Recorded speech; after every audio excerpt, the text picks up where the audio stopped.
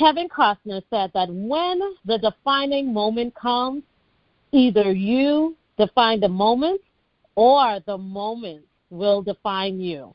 We have all had defining moments in our lives, whether it was related to our finances, our health, or even in our relationships. But many times we do not know how to not allow that one moment to not define us. I couldn't ask for a better family. I grew up in an amazing two-parent household where I saw my dad call my mom the queen. I saw my mom call my dad the king, and boy, weren't they in love. My siblings and I were so blessed. My parents ensured that we were not in need of anything. To many, it seemed as though it was a fairy tale, but to us and to me, I was living my reality. I couldn't wait to grow up so that I can experience what I experienced as a child. So growing up, I had my first boyfriend family. We fell in love. He was my Prince Charming, and he swept me off my feet. We planned our life together and what we were going to do. We had our plans of creating the American dream, living behind the white picket fence with 2.5 kids. Yes, that was the plan. And you know what, ladies? Let me just talk to the ladies right now. But when we find that one that sweep us off our feet, we start planning the wedding, our colors, where we were going to be. So I was at that moment of excitement. I couldn't wait for my Prince Charming to ask the big question, will you marry me? I was so excited. You would have thought that he had already said something to someone. Like, I was so excited. I couldn't wait for him to ask me that question, will you marry me? I started to practice how I was going to respond, the emotions, how I was going to cry when he asked that question. But that question never came. I found out that my Prince Charming had a secret. He admitted to me that he had been cheating on me. Boy, wasn't I devastated. It felt like my whole life was crumbling. I remember crying so much. My eyes were bloodshot red as I cried and knelt down to the floor, asking God, how could this happen to me? Why me, of all people? And as you guys are sitting in the comfort of your homes, as you guys are maybe driving and listening to this motivational call today, I'm sure you have asked the question, why me? Why did I get this bad diagnosis? Why did my spouse walk out on me? Why did I lose my job? We have all asked that question. Why me? Well, I later forgave my Prince Charming because he seemed so apologetic. And he said, LaQuisha, I will never allow this to happen to you again. I don't want to see you in so much pain. So we continue planning our life and loving each other as if nothing had never happened. Caught by surprise, I received a text stating, I was with your boyfriend last night. Looking at my phone, looking at my ex, I didn't know quite how to respond because we had just been leaving church. And I remember that my boyfriend said that he was at his best friend's party that night. And I said, could you explain this to me? And he said to me, we have to talk. And I'm like, I can't believe, I don't even want to go there.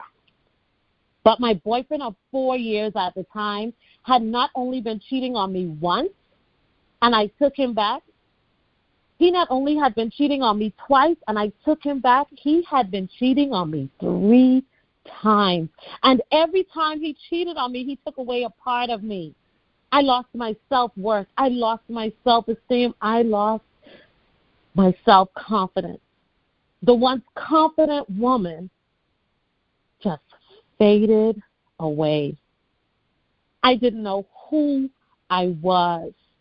I was becoming this person that I did not know. I remember looking in the bathroom mirror and questioning God. Why did you create me like this for someone to not be attracted to me? I started to find fault with everything, the way I looked. I started to find fault in my features. I started to find fault in my complexion. And I even started to find fault with my accent. And one day while sitting on the couch, still in belief that I'm going through this, I saw an ad for a cosmetic surgery center. I was like, there is a God. I said, this is the sign. This is what I need to do so that I can get my boyfriend back. I took the number down, made the appointment. Next thing you know, I was laying on the surgeon's table to have this procedure done.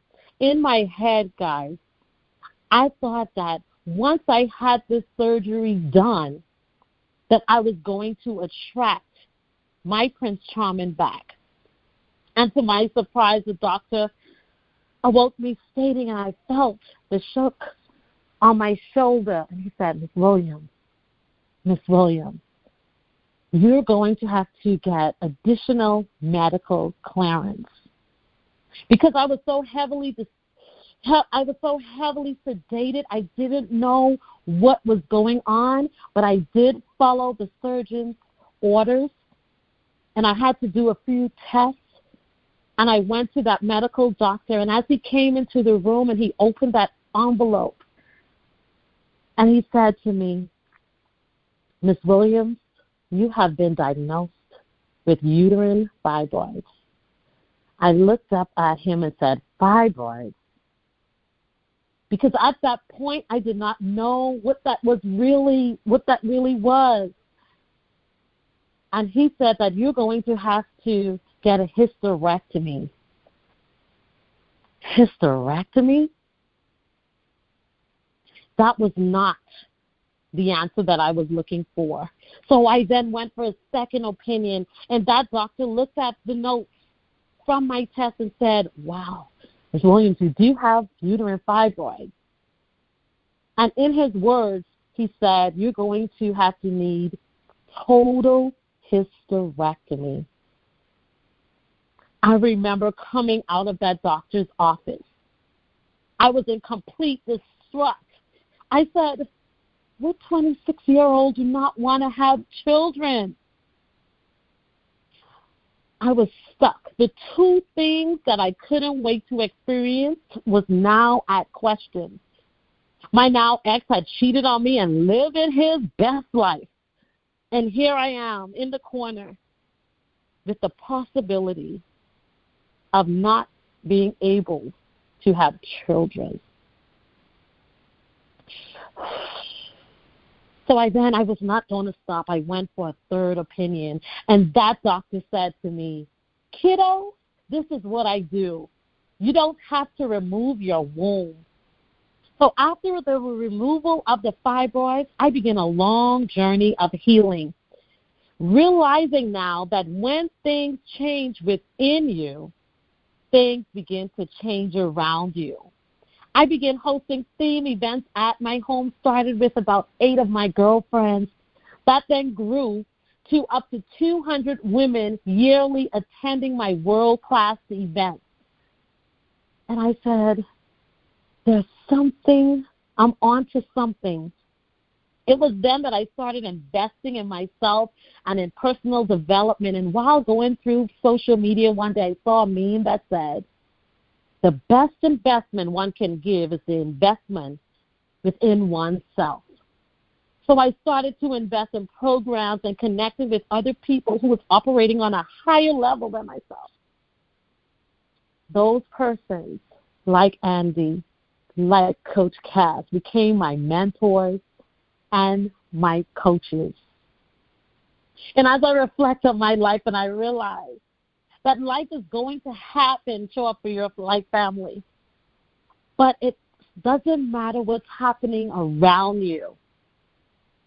What will really matter is what's going on within you. And I said to myself, I said, LaQuisha, you are where you are today because of the decisions and the choices that you made. So it was my mission to become the best version of myself. And it was my decision now to push through life circumstances. And tonight I want to share with you how I was able to push through when I felt I was not worthy. And the first thing I had to do was I had to make a decision. I had to make a decision that I had to take responsibility of where I was. It was not the future that I saw for myself. It was not the vision that I saw for myself. Because you know what? Vision decides your future. Vision decides your friends. Vision decides where you're going to go. But I didn't have a vision anymore because I allowed what had happened to me hold me back.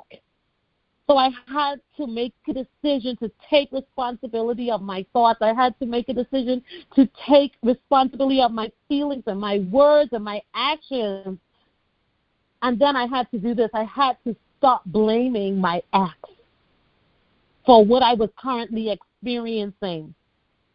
Realizing that I was playing the victim, being in victim mode. And one thing I want you guys to know, that when you're in victim mode, it robs you of changing your surroundings. It robs you of changing your situation. And I said I was not going to allow one more day. I was not going to allow one more week. I was not going to allow one more month or another year to keep me in bondage. So I had to forgive the man that seemed to have crushed my dreams on love.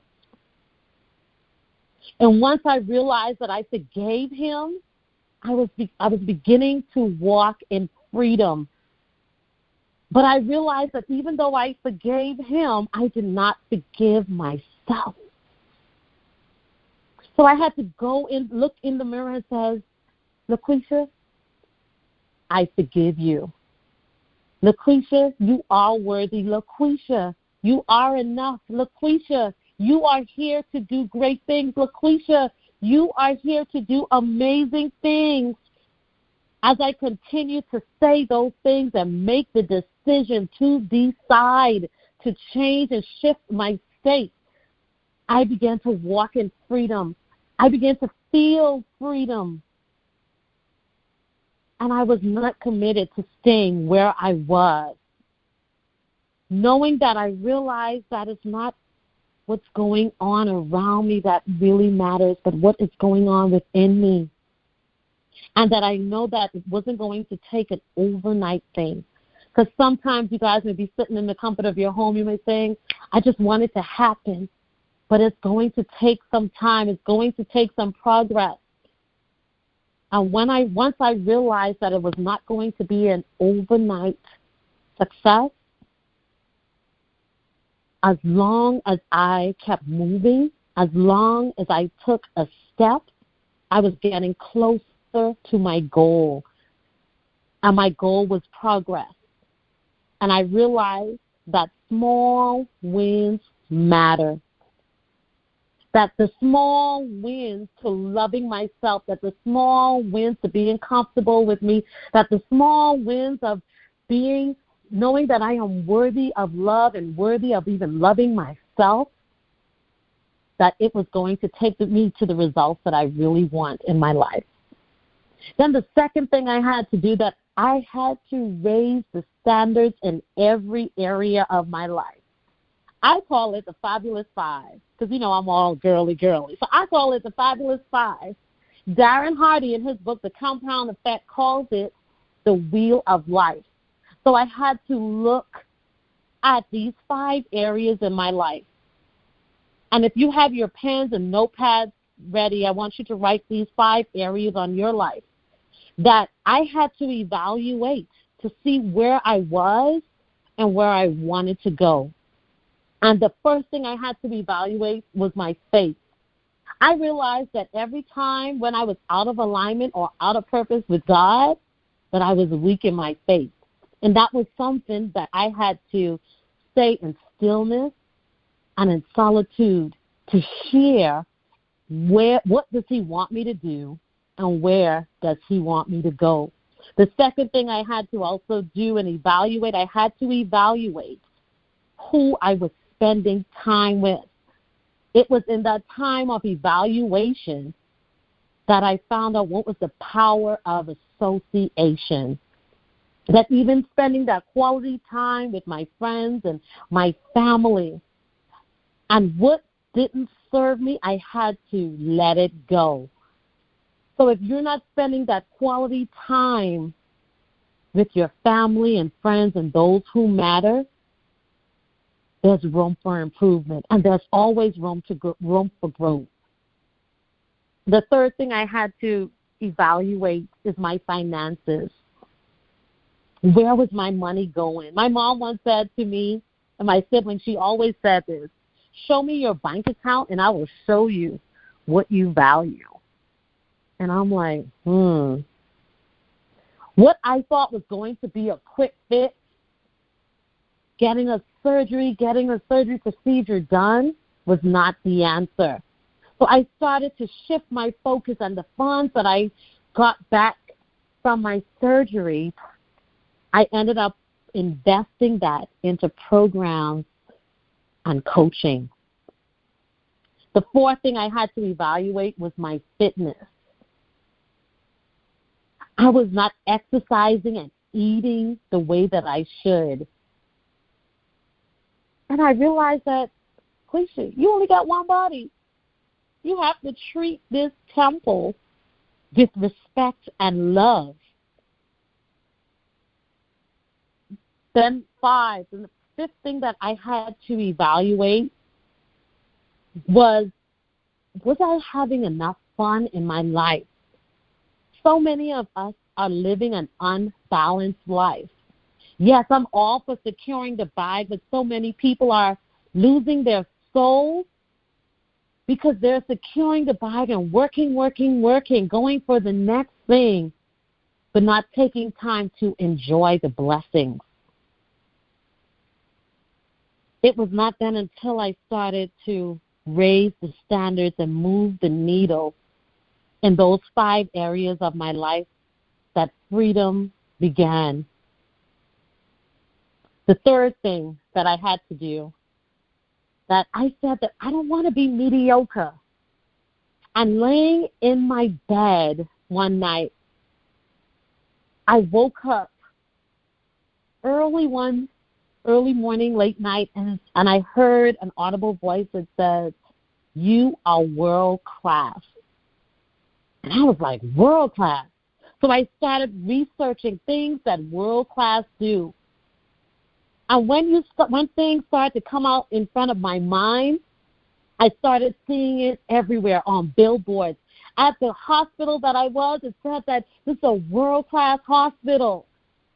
And I say, Lord, I want to be world class. And I remember this time that I'm standing at the Delta counter waiting to go to Atlanta at this particular trip. And I don't know if you guys are like me, but if there's a bargain, I'm for a bargain. And they said that I could have gotten a $200 voucher if I go on a later flight. I'm sure I'm not the only one who did that before out there, right? So it was a $200 voucher, and the lady said, Ms. Williams, would you like to go through Palm Beach? And I was like, well, how am I going to get there? And she said, what if I tell you that we have a car downstairs for you, and I'm at the Fort Lauderdale Airport here in Florida. She said that I have a car down there waiting for you. They will take you to Palm Beach, and you will fly first class. I said, well, count me in. I'm sure I'm not the only one who will not take that. Especially if you had not experienced a first class ticket. And she said, because I was so patient, that she gave me a $400 voucher. So she doubled my voucher from $200 to $400, a personal car service to go to Palm Beach, which is about a 45-minute drive, and to fly first class to Atlanta. And ladies and gentlemen, I'm sharing this with you because it wasn't until I made the decision and the commitment that I was going to be world class, that world class things started to happen for me. And some people won't get to world class. You know why? Because they are committed to who they was. They committed to who they was at 18. They are committed to who they was at 25. They are committed to what they was when they were a teenager and that 8-year-old child. And I refuse to be mediocre. I refuse to be average. In fact, I say I'm allergic to it. So I had to stay out of my mouth. And I know I may not be able to hear you, but you can hear me. Repeat after me. I am world class. Yes, I hear you. Thank you.